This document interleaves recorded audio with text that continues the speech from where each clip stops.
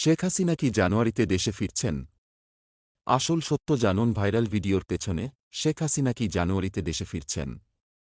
সম্প্রতি সোশ্যাল মিডিয়ায় একটি ভিডিও রিলিজ হয়েছে, যেখানে দাবি করা হচ্ছে সাবেক প্রধানমন্ত্রী শেখ হাসিনা জানুয়ারিতে দেশে ফিরবেন। পুরো দেশ এখন এই ভিডিওর গুজবে উত্তাল। কিন্তু প্রশ্ন হল, এটা কি সত্যি, নাকি এই ভিডিওটি একটি বড় মিথ্যা? আসুন একসাথে জানি আসল সত্য। ভিডিওতে বলা হয়েছে শেখ হাসিনা জানুয়ারিতে দেশে ফিরবেন এবং তিনি বলেছেন, আজীবনের জন্য আমি দেশ ছেড়ে যাব না। এই কথায় পুরো দেশ উত্তেজিত হয়ে পড়েছে। এমন চাঞ্চল্যকর দাবি শুনে সবাই তোলপাড়।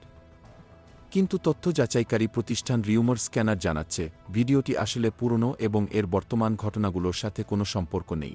ভিডিওতে দেখা গেছে 2024 সালের 5 আগস্ট শেখ হাসিনা ভারতে পালিয়ে যাওয়ার আগে একটি ভাষণ রেকর্ড করতে চেয়েছিলেন, কিন্তু ছাত্রছাত্রীদের জন্য তিনি সেটা করতে পারেননি।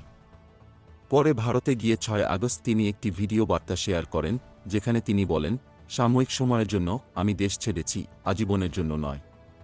আমি যা হারিয়েছি তা সব কিছুর হিসাব নেব।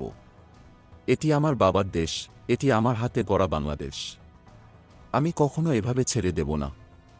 মনে রেখো, দিনটা তোমার ছিল, কিন্তু বছরটা আমার হবে। তবে রিউমার স্ক্যানারের অনুসন্ধানে জানা গেছে, ভিডিওটি আসলে ভারতীয় গণমাধ্যম এনআই এর ইউটিউব চ্যানেল থেকে নেওয়া, যা 2024 সালের 7 জানুয়ারি প্রকাশিত হয়েছিল।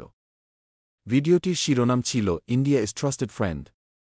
বাংলাদেশ ফেমশিফ হেসিনা লাজ ইন্ডিয়াস ওয়াল ডিউরিং 71-এর মুক্তিযুদ্ধ।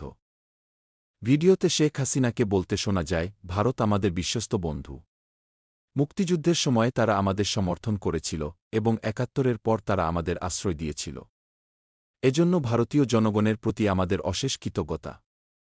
তাহলে প্রশ্ন হচ্ছে, শেখ হাসিনার দেশে ফিরে আসার গুজব কি সত্যি, নাকি এটি শুধুমাত্র একটি ভুল বোঝাবুঝি?